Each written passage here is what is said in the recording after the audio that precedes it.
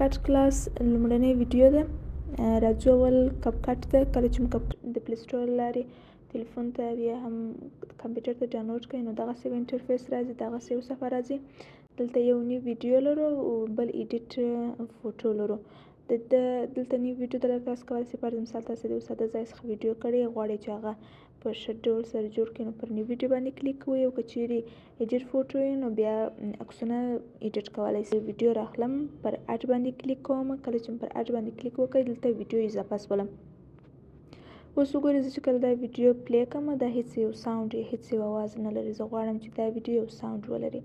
نو دلته پر اډ اډیو باندې هم کولی شئ چې کله تاسو پر دې باندې کلیک وکړئ دلته موږ ایکسټراکټ لرو. پر دې هغه مې راواخیستله، پر دې باندې کلیک کوم. کله چې مې پر دې باندې کلیک وکړئ اوس چې موږ کله دا پلی کړو نو اوس به دا ویډیو اډیو ولري.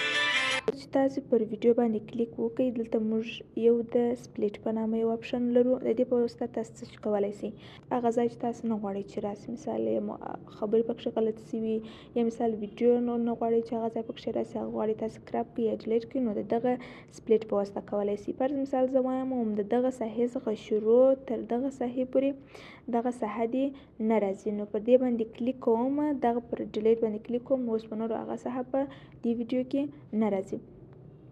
بل لرو ولیم په واسطه تاسو کولی شئ چې خپل د ویډیو لوړ او ښکته کړئ.